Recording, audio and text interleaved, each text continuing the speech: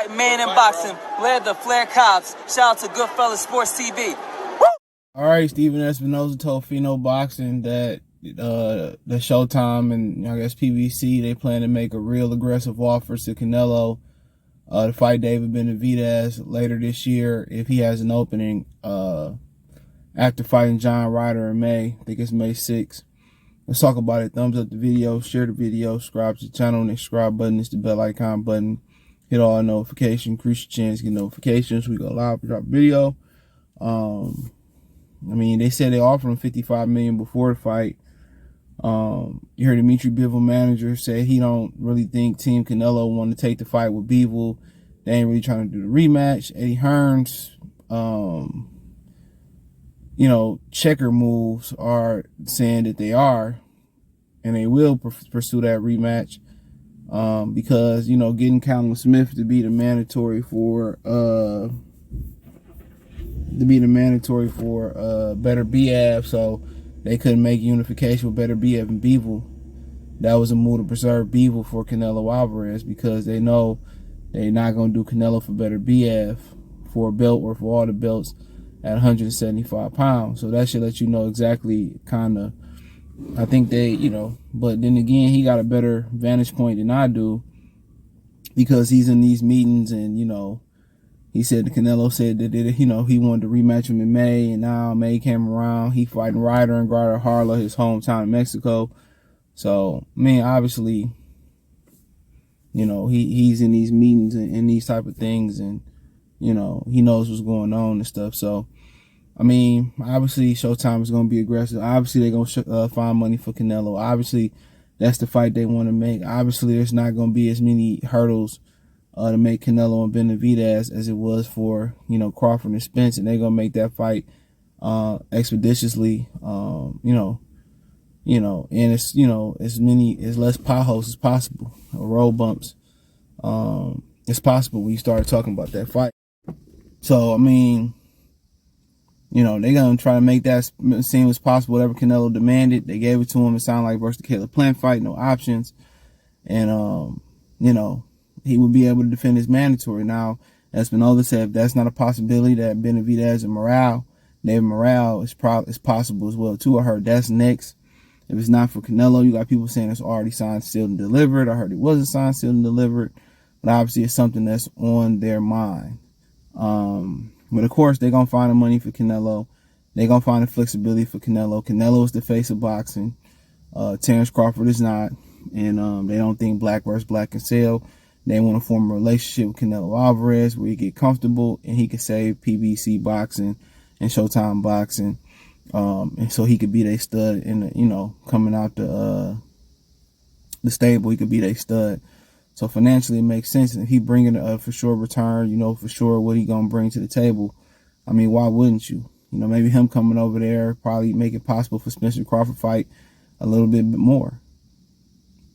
If he's going to inject some money into the company. But it's a fight that everybody wants. They're going to go out the way for Canelo. They're going to go out the way for Mexicans to make this fight. And, question is, what's Benavidez split? Is Benavidez going to be happy and comfortable? I think he just happy with getting the fight. I think he hungry. He know what the fight mean to be knocking down a wall. In his mind, to superstar and to be the next face of boxing by beating Canelo Alvarez, especially if he can stop him. Or he could be in a really, really good competitive fight and he can get the decision over him. So, pretty much Canelo kind of backed into a corner in most people's minds, like pick your poison. It's either going to be Bivol or David Benavidez. But, he can do the Houdini and, get out the box with all the knives and spears in them and do something else. And, most people want bat an eye, but nobody told him to go up there and fuck with fuck with Dimitri Bivol anyway. He did that on his own. Not one person in this world asked for the Bivol fight. You know what I'm saying? And had he won and beat Bivol, what would I have done for his legacy? You already got a belt at 75. Bivol isn't a household name. So obviously it just didn't make a lot of sense from that aspect of it. The risk wasn't, they didn't weigh the risk and reward at all. The risk was you couldn't really drain him. You know what I'm saying? He didn't bring a lot of reward to the table to begin with. Now, if he had 2 or 3 belts, or if he was undisputed, then I would understand. But he wasn't. If he was a bigger name and he brought a lot of money to the table, he wasn't. You know, when you had guys out there like Charlo, you had guys out there like, just other, competitors out there that you could have fought and been more competitive and possibly beat him. Now, people say he only lost by 2 points. Everybody know he really lost a 9-3 type of fight. Well, 7-5 at the most. That fight, they was trying to rob Dimitri Bivol, and they was hoping that he could score a knockdown or something. Dimitri Bivol dominated that fight. You know, he dominated almost through and through. Besides a couple of close rounds early, you could say Canelo might have won 1, 2, maybe 3 rounds, but really, he dominated that fight. But that's what happened when you fight Canelo. That lets you know the biasness and the corruption, in the sport of boxing. And Las Vegas is supposed to be the platinum standard for, commissions and all that in boxing. And, they was gonna let Canelo rob Dimitri Bivol. And him going around fighting Triple G and fighting, John Ryder, don't look like he really, he really trying to avenge that loss anyway. You hear people say, well, Bivol does nothing for his legacy. Benavidez does. Yeah, Benavidez injects a bunch of money, a bunch of excitement. It's him showing that he's still the dominant lion. And he could dominate Benavidez and still establish himself as a top fighter in boxing. Bivol, he'd be like, well, I'm back. I'm still that guy. It was a bad night. People say, well, he came back and beat Bivol. And you got to do how many guys he lost to and came back and beat him. You know what I'm saying? He didn't get a chance to avenge the Mayweather loss. So he did have a, trilogy with Triple G. But, he can come back, defeat Dimitri Bivol. I think reestablish himself. And a lot of people mind pound for pound number 1. He still, still cements himself as the pound for pound best in the world, especially with everybody around him inactive. So, from a legacy and a credibility standpoint of view, I think Canelo Alvarez versus Dimitri Bivol is, from that standpoint of view, that's the more important fight. From, a popularity contest, from a financial standpoint of view, Benavidez is probably better. From a celebratory, situation and it being a big, huge event, that's the bigger event. You know what I'm saying? But I think, for him, Bivol is a more important fight, to his legacy and to restore the roar in his legacy. But of course, Espinoza, Showtime, Al Haymon gonna do everything in their power. And, people think, you see black people in positions of power that they're gonna do right and put us first. It's not necessarily true.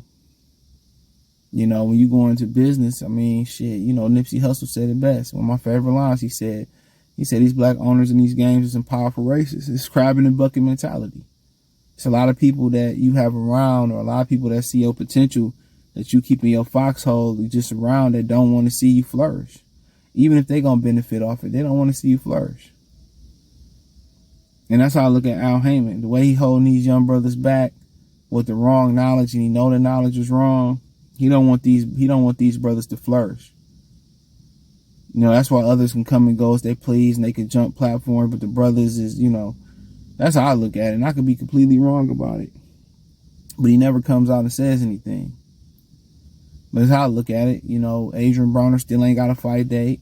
I heard what I heard about Al Haymon blocking him from fighting. That's what I heard from a really good source. Al will starve out the brothers and go feed the Mexicans and let them do what they want to do. And that's a proven fact just by his actions. Really, he ain't got to say nothing. We just look how he move.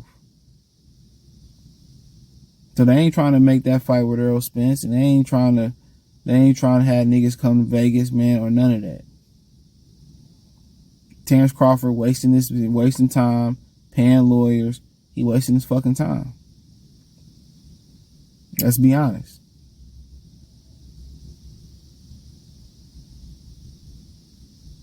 So, of course, they gonna, get their piggy bank, smash it open, and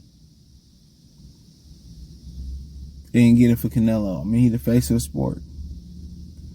And of course, when you don't want to spend money on something to get nobody no money, you hit your pants in your pocket and say, well, I ain't got it. But this all I got. That's what they doing with Terrence Crawford. And that's why I stream all they shit. That's why I don't watch some of their shit. That's why I don't own the Showtime app. I don't care to own the Showtime channel or nothing like that. I don't like what they serving.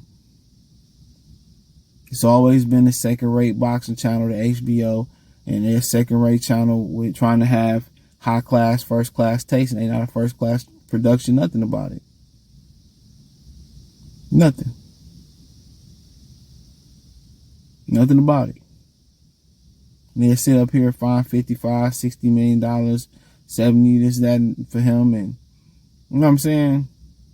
They sit here and say, well, Ryan and Tank is the fight, and you know, but it's not threatened by streaming though.